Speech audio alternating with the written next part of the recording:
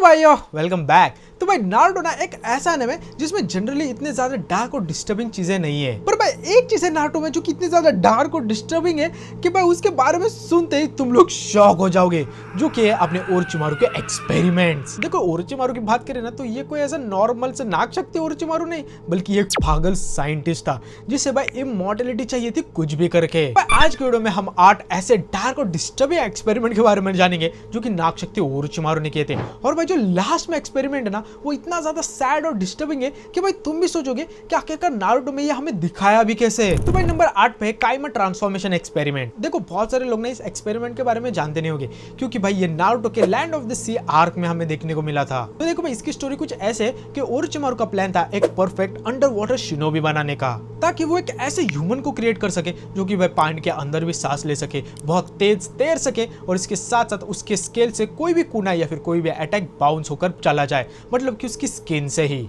और इसी को बोलते हैं काइमा फॉर्म। वैसे सुनने में तो जरूर कूल लग रहा है। और फिर भाई इस एक्सपेरिमेंट को कंप्लीट करने के लिए ओरोचिमारू ने बिल्कुल उसी के जैसे एक पागल साइंटिस्ट को चुना जिसका नाम था अमाची, और ये दोनों मिलकर लैंड ऑफ द सी के कोस्टल के विलेजेस से लोगों को किडनैप करते थे ताकि वो उनके ऊपर एक्सपेरिमेंट कर सके। और इन्हीं विलेज में से एक छोटी सी बच्ची थी जिसका नाम था इसराबी, जिसे ये किडनैप करके पकड़ के लेके गए थे। और उसके बाद भाई इन्होंने फिर इसराबी को टॉर्चर किया एंड उसके ऊपर फिर एक्सपेरिमेंट किए जो कि भाई आधा सक्सेसफुल रहा, जहाँ इसराबी का ट्रांसफॉर्मेशन पार्शियल था एंड उसकी आधी बॉडी ह्यूमन जैसी थी एंड आधी एक फिश जैसी, जहाँ उसके स्किन के कुछ हिस्से परमानेंटली स्केल हो गए थे, मतलब कि भाई वो लिटरली एक म्यूटेंट बन चुकी थी। और अब भाई इसका कोई भी क्यूर नहीं था, मतलब कि वो अपने नॉर्मल ह्यूमन फॉर्म में कभी भी नहीं जा सकती। और फिर भाई ये पाउटे अमाची उस इसराबी को बोलता भी है कि तू टेंशन मत ले, हम तुझे फिर से नॉर्मल ह्यूमन में बदल देंगे। और इसके ऊपर रिसर्च चालू है, पर भाई असलियत में कुछ भी घंटा भी रिसर्च चालू नहीं होती है। और एक्चुअली में ये अमाची साला इसराबी को डाइसेक्ट करना, मतलब कि काटने के प्लान में था, ताकि वो जान सके कि आखिरकार उसका ट्रांसफॉर्मेशन पार्शियल क्यों है। और अगर हम बात करें भाई ओरोचिमारू की, तो भाई उसको ना थोड़े टाइम बाद ये प्रोजेक्ट बहुत ही ज्यादा बोरिंग सा लगने लगा, तो उसने भाई ये प्रोजेक्ट छोड़कर ही चला गया। और सिंस भाई ओरोचिमारू डायरेक्टली इस एक्सपेरिमेंट में इतना नहीं था, इसलिए मैंने इसे नंबर 10 पे रखा है। पर भाई जो इसके बाद वाले एक्सपेरिमेंट है ना वो जेन्युइनली बहुत ही ज्यादा एफ्ड अप है। अब इसके बाद है नंबर 7 जो कि है इबुरी क्लैन का एक्सपेरिमेंट। और भाई ये genuinely one of the most disturbing और एफ्ड अप एक्सपेरिमेंट है मेरे अकॉर्डिंग। देखो इबुरी क्लैन ना एक छोटी सी ट्राइब थी जो कि कोनोहा के ऐसे बाजू में रहती थी, और इनके पास एक बहुत ही ज्यादा यूनिक एबिलिटी थी जहाँ पे वो अपने बॉडी को स्मोक में कन्वर्ट कर सकते थे, मतलब कि भाई स्मोक ट्रांसफॉर्मेशन, जो कि भाई नो डाउट बहुत ही ज्यादा कूल एबिलिटी है। पर भाई एक मेजर प्रॉब्लम ये थी इस एबिलिटी के साथ कि भाई पर्सन इस एबिलिटी को कंट्रोल ही नहीं कर पाता था, मतलब कि जिनके पास भी एबिलिटी होती थी ये कभी भी किसी भी वक्त अपने बॉडी को स्मोक में बदल कर, मतलब कि खुद से नहीं अचानक से बदलकर मर सकते हैं। और इसी की वजह से भाई ये ट्राइब के लोग बहुत ही ज्यादा स्केर्ड थे और कुछ ना कुछ क्योर ढूंढ रहे थे। और तभी भाई इनकी मुलाकात हो जाती है नाक शक्ति ओरोचिमारू के साथ, और भाई ये लिटरली नाक शक्ति ओरोचिमारू से हेल्प मांगते हैं। और भाई इसे सुनते ओरोचिमारू के दिमाग में पहली चीज ये आती है कि अगर भाई ये एबिलिटी मेरे पास हो तो भाई मैं तो बहुत ही ज्यादा पावरफुल बन जाऊंगा। तो इसलिए भाई वो चालू कर देता है एक्सपेरिमेंट, लोगों को यह बताकर कि मैं तुम्हें ना क्योर कर दूंगा। पर भाई ओरिजिनली मतलब कि रियलिटी में वो तो साला एक्सपेरिमेंट कर रहा होता है। और भाई जैसे ट्राइब वालों को पता चल जाता है कि ओरोचिमारू जो कि एक 3 लेजेंडरी शानिन में से एक है और एक one of the most strongest village Konoha से आता है, तो वो भाई जल्दी से उसकी बात मान लेते हैं और भाई लिटरली अपने बच्चों को खुद से ओरोचिमारू के हवाले कर देते ताकि वो अपने बच्चों को क्योर कर सके। और भाई इसके बाद जो ओरोचिमारू करता है, भाई यार मैं बोल रहा हूँ ओरोचिमारू जैसा नीच बंदा ना मैंने नारुतो में कभी नहीं देखा है। आई थिंक सो डांसो से भी ज्यादा नीच ओरोचिमारू है। वेल फिर भाई जल्दी से ओरोचिमारू ने सब बच्चों के ऊपर एक्सपेरिमेंट करना चालू कर दिया ताकि वो एक परफेक्ट ब्लड टाइप ढूंढ सके जो कि भाई उसके अंदर जा सके और उसे एबिलिटी मिल सके। और भाई जो भी बच्चे का ब्लड टाइप ओरोचिमारू के साथ कंपैटिबल नहीं होता था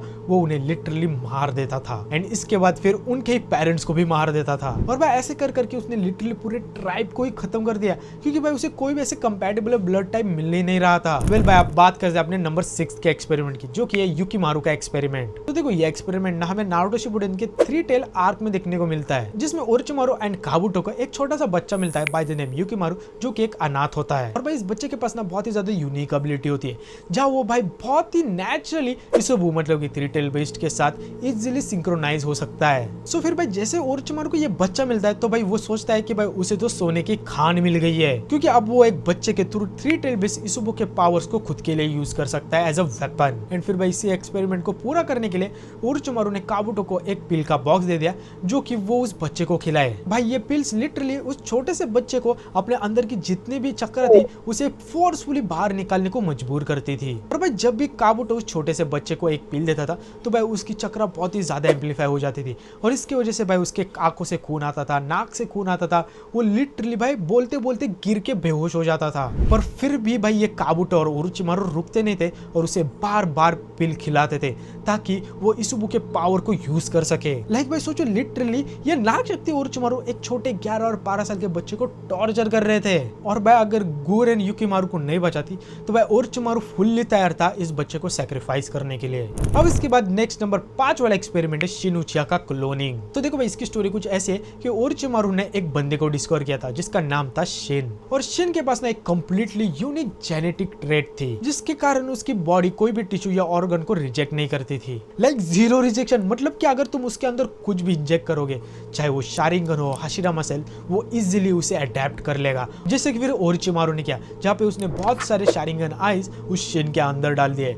वो शारिंगन आइज जो कि जनरली सिर्फ उचिया के बॉडी में ही वर्क करते हैं। देखो अब नाग शक्ति का ये एक्सपेरिमेंट तो बराबर सक्सेसफुल हो गया, लेकिन इसके बाद ओरोचिमारू ने यह सोचा कि अगर वो शिन के स्किन से क्लोन बना दे और उनमें भी शारिंगन इम्प्लांट कर दे तो भाई उसके पास लिटरली एक मिनी उचिया आर्मी बन जाएगी जिसके पास फुल्ली फंक्शनल मांगेक्यो शारिंगन होगा। फिर भाई नाग शक्ति ओरोचिमारू ने एग्जैक्टली वैसा ही किया, जहाँ पे उसने डजन्स ऑफ क्लोन बनाए शिनुचिया से, जहाँ पे भाई इनके ना ही कोई ड्रीम्स थे ना ही कोई लाइफ, बस इनका एक ही मकसद था कि बस ओरोचिमारू के लिए तुम यूजफुल रहो। और फिर भाई थोड़े टाइम बाद जैसे ओरोचिमारू इन क्लोन के साथ बोर हो जाता है तो वो लिटरली उनको अबैंडन करके छोड़ के चला जाता है जिससे कोई उसके लिए खिलौना हो। सो भाई भले ही ये ह्यूमंस नहीं थे और क्लोन्स थे, पर स्टिल भाई जो भी ओरोचिमारू ने किया वो बहुत ही ज्यादा डार्क था। इसके बाद अपना नंबर 4 वाले एक्सपेरिमेंट की बात करते हैं जो कि है आंको का एक्सपेरिमेंट। तो भाई आंको मिताराशी तो सबको पता ही होगा, जो कि अपनी टीचर थी कोनोहा के एकेडमी में। देखो आंको की बात करो ना तो भाई ये ओरोचिमारू की खुद की स्टूडेंट थी, जहाँ पे भाई ओरोचिमारू ने खुद से आंको को ट्रेन किया था और उसे भाई बड़ा भी किया था। और भाई इन दोनों के बीच में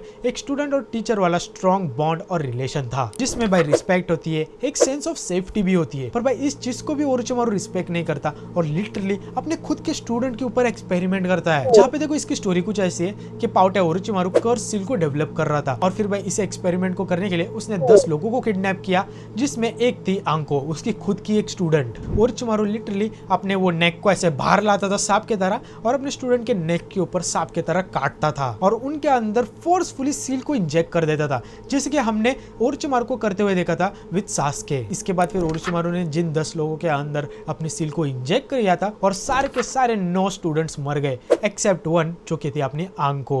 और फिर भाई जैसे ओरोचिमारू ने देखा कि आंको सर्वाइव कर दी तो उसने क्या किया पता है, उसने लिटरली उसके मेमोरी को ही इरेज कर दिया ताकि वो किसी को कुछ भी ना बता सके। लेकिन लिटरली ओरोचिमारू कोनोहा में रह के 10 लोगों को किडनैप करता है, उनमें से 9 लोगों को टपका देता है, एक सर्वाइव करती है तो उसके भाई मेमोरी को इरेज करके उसे भी छोड़ देता है और भाई किसी को कुछ भी पता नहीं चलता। भाई लिटरली ये हीरोजन कर क्या रहा था। और भाई देखो ये जो एक्सपेरिमेंट था ना वो इतना ज्यादा सिंपल नहीं था, ये बहुत ही ज्यादा टॉर्चरस एक्सपेरिमेंट था, जहाँ पे भाई इन सारे लोगों को बहुत ही ज्यादा पेन होता था और वो बस चिल्लाते रहते थे। सोचो भाई ओरोचिमारू ने लिटरली एक साइकोलॉजिकल टॉर्चर किया है अपने खुद के स्टूडेंट के ऊपर और उसे तो भाई बेचारी को कुछ पता भी नहीं है कि उसके साथ ऐसा कुछ हो भी गया है। अब भाई फाइनली बात करते हैं अपने टॉप 3 मोस्ट डार्क और डिस्टर्बिंग एक्सपेरिमेंट के बारे में, और भाई मैं बोल रहा हूँ ये बहुत ही ज्यादा इंसेन है। तो नंबर 3 पे कर्स सील वर्जन 2 एक्सपेरिमेंट, और ये भाई ओरोचिमारू का one of the most ambitious project में से एक था। तो देखो भाई बहुत सारे लोग ना जुगो को सास्के के वजह से जानते हैं, पर बहुत सारे लोग ये नहीं जानते कि भाई ओरोचिमारू ने उसका इतना ज्यादा यूज किया था कि भाई तुम लोगों को मैं क्या ही बोलूं। क्योंकि देखो जुगो के पास ना एक बहुत ही ज्यादा यूनिक एबिलिटी थी जहाँ उसकी बॉडी ऑटोमेटिकली नेचुरल एनर्जी को इजीली एब्जॉर्ब कर पाती थी। पर देखो ये एबिलिटी ना बहुत ही ज्यादा अनकंट्रोलेबल थी और जुगो कभी भी बसर्क हो जाता था और अपने आसपास के सभी लोगों को मार देता था। और इसीलिए भाई जुगो ये चाहता था कि कोई तो उसे रोक दे ताकि उसके वजह से कोई इनोसेंट लोग ना मरे। और फिर भाई जैसे ओरोचिमारू को जुगो के बारे में पता चल जाता है उसके लिए तो भाई एक लिविंग टेस्ट सब्जेक्ट मिल जाता है और उसके ऊपर भाई धड़ाधड़ एक्सपेरिमेंट करना चालू कर देता है। और भाई जुगो भी ना खुद कैसे टॉर्चर कराना चाहता था जिसके कारण वो ओरोचिमारू से फाइट भी नहीं कर रहा था, जहाँ पे भाई वो ओरोचिमारू के बेस में रहता था क्योंकि वो अपने एबिलिटी से ही बहुत ही ज्यादा डरता था। और फिर भाई इसी की वजह से ओरोचिमारू उसके ऊपर दिन रात एक्सपेरिमेंट करता था, उसका खून निकालता था, उसको काटता था ताकि उसे पता चल जाए कि आखिरकार ये जुगो की बॉडी काम भी कैसी करती है। और फिर भाई इन्हीं एंजाइम्स को कंप्रेस करके ओरोचिमारू ने फाइनली एक कर्सिल डेवलप कर ही लिया, जिससे वो इजीली लोगों के अंदर इंजेक्ट कर सकता है एंड वो मरेंगे नहीं। और इतने ही नहीं भाई, जो भी 10 लोग सर्वाइव करते थे उनकी बॉडी भाई कंप्लीटली डिस्ट्रॉय हो जाती थी और उनका भाई मेंटली भाई बहुत ही ज्यादा हालत खराब हो जाती थी। वेल भाई इसके बाद अब बात करते हैं नंबर 2 के एक्सपेरिमेंट की, जो कि है लिविंग कॉर्प्स रीइंकार्नेशन एक्सपेरिमेंट। तो भाई ये एक्सपेरिमेंट ना ओरोचिमारू लिटरली खुद को इमॉर्टल बनाने के लिए कर रहा था। सो देख भाई ओरोचिमारू के पास ये इमॉर्टलिटी वाला जुत्सु तो था यूज करने के लिए, पर भाई जो इसका प्रोसेस होता था, मतलब कि जो एक्सपेरिमेंट वो करता था वो बहुत ही ज्यादा इंसेन होता था। जब भी ओरोचिमारू इस प्रोसेस में अपने होस्ट के सामने अपने ट्रू फॉर्म को रिवील कर देता था, जो कि होता है एक जायंट व्हाइट स्नेक, जो कि हजारों छोटे छोटे व्हाइट स्नेक से बना हुआ होता है। लाइक लिटरली उसका पूरा बॉडी छोटे छोटे स्नेक्स में डिसॉल्व हो सकता था और फिर वो एक जायंट स्नेक में बदलकर किसी भी होस्ट के बॉडी को स्वॉलो कर लेता था। और फिर भाई जैसे ओरोचिमारू उस होस्ट को स्वॉलो कर लेता था, उस होस्ट की धीरे धीरे करके कॉन्शियसनेस इरेज होने लगती है, जहाँ पे भाई वो होस्ट जिंदा जरूर रहता है उस बॉडी के अंदर, पर भाई वो कुछ भी कर नहीं सकता। वो सब सुन सकता है, वो सब देख सकता है, पर भाई वो लिटरली कुछ भी नहीं कर सकता। मतलब कि भाई अपने बॉडी के अंदर ही वो ट्रैप्ड है। और भाई ये मेरे अकॉर्डिंग एक डेथ से भी बहुत ही ज्यादा बुरी मौत है। लाइक भाई मरने के बाद तो सब कुछ खत्म ही हो जाता है, पर भाई तुम लोग ओरोचिमारू के अंदर अभी भी जिंदा हो एक काइंड ऑफ छोटी सी कॉन्शियसनेस बन के, और तुम लोग भाई सब कुछ देख सुन सकते हो, पर तुम लोग कुछ भी नहीं कर सकते। नहीं भाई ये टेक्निक ओरोचिमारू हर 3 साल में करता है। मतलब कि तुम्हारी कॉन्शियसनेस धीरे धीरे करके और भी ज्यादा कम होती रहती है और तुम लोग और भी ज्यादा अंदर ट्रैप होते रहते हैं। और भाई ये चीज ना ओरोचिमारू ने अपने इताची दादा के साथ भी ट्राई की थी, पर भाई इताची ने बराबर ओरोचिमारू को अपनी औकात दिखा दी थी। सो भाई फाइनली बात करते हैं number 1 most darkest most disturbing experiment के बारे में, जो कि ओरोचिमारू ने किया था, जो कि था अपना हाशिरामा डीएनए एक्सपेरिमेंट। तो देखो ये एक्सपेरिमेंट ना हमने एनिमे के एपिसोड 50 और 119 में देखा था, जब भी ओरोचिमारू को हाशिरामा की लेजेंडरी वुड रिलीज एबिलिटी को रिक्रिएट करना था, क्योंकि भाई ये केकेगन का लिटरली टेल बीस्ट तक को सप्रेस कर सकता था।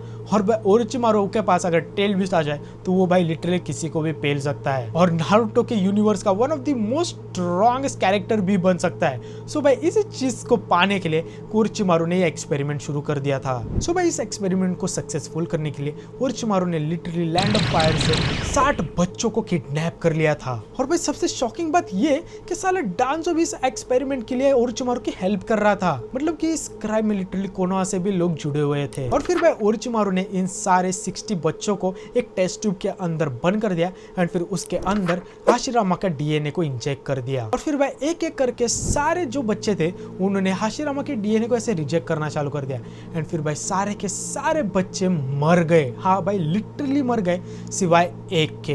वो भाई एक लौता ऐसा बच्चा था जो कि सर्वाइव कर लिया और उसने भाई हाशिरामा के डीएनए को एक्सेप्ट कर लिया, जिसका नाम था टेंजो उर्फ यामाटो, जिसे हमने नारुतो शिपुडेन के टीम 7 के लीडर के रूप में भी देखा है। और फिर भाई जैसे ही एक्सपेरिमेंट सक्सेसफुल हुआ, उस बच्चे को उस टेस्ट ट्यूब में से बाहर निकाल दिया, जहाँ पे भाई उस बच्चे के पास कोई भी मेमोरीज नहीं थे। लेकिन उसे कुछ भी पता नहीं था कि उसके पेरेंट्स को ने वो आखिर यहाँ पे कर क्या रहा है और उसके पास ये पावर्स भी कैसे आ गई। और भाई ये एक्सपेरिमेंट इतना ज्यादा सैड, डिस्टर्बिंग और डार्क था कि इस एक्सपेरिमेंट की वजह से अपना ओरोचिमारू पकड़ा गया रेड हैंडेड, जहाँ पे भाई हिरोजन को जैसे ही पता चल जाता है कि ओरोचिमारू ने एक ऐसा घिनौना काम किया जहाँ पे उसने 60 बच्चों की सैक्रिफाइस दी थी, मतलब कि उन्हें बलि चढ़ा दिया। तो उसने भाई एक ही सोचा कि उसे कुछ भी करके ओरोचिमारू को मारना चाहिए, पर फिर भी भाई ये पाउटा हिरोजन ओरोचिमारू को नहीं मारता और उसे जाने देता है। हाँ भाई जाने देता है। भाई मैं ऐसे हिरोजन को हेट नहीं करता भाई, उसका एक रीजन है इसलिए मैं हेट करता हूँ। सोचो भाई वो ओरोचिमारू जिसने इतने ज्यादा इनोसेंट लोगों को मारा है, इतने ज्यादा टॉर्चरस एक्सपेरिमेंट किए और अब तो लिटरली 60 बच्चों की बलि तक चढ़ा दिए एंड फिर भी भाई ये हिरोजन ने ओरोचिमारू को जाने दिया। भाई यार मैं क्या बोलूं यार। और भाई अगर मैं बात करूं बोरुटो की, तो भाई बोरुटो में भी ओरोचिमारू को माफ कर दिया है, जैसे कि भाई ओरोचिमारू ने ये सारी चीजें कभी किया ही ना हो। सो भाई यही थे ओरोचिमारू के 8 सबसे डार्क और डिस्टर्बिंग एक्सपेरिमेंट जो कि हमने एनिमे में देखे थे। वैसे तुम्हारे अकॉर्डिंग सबसे ज्यादा डार्क और डिस्टर्बिंग एक्सपेरिमेंट कौन सा था, ये मुझे कमेंट सेक्शन में जरूर बताना। और हाँ, तुम्हें और कौन से एनिमे के टॉपिक के ऊपर वीडियो चाहिए ये भी मुझे कमेंट सेक्शन में जरूर बताना। सो मिलते हैं नेक्स्ट वीडियो में, तब तक के लिए be the best, bye bye. 涼しい夜風好きに倒しこの空気の味 I love it so much 暑さに散々curseしてたのに Gone too fast now I miss the heat 冷えたビ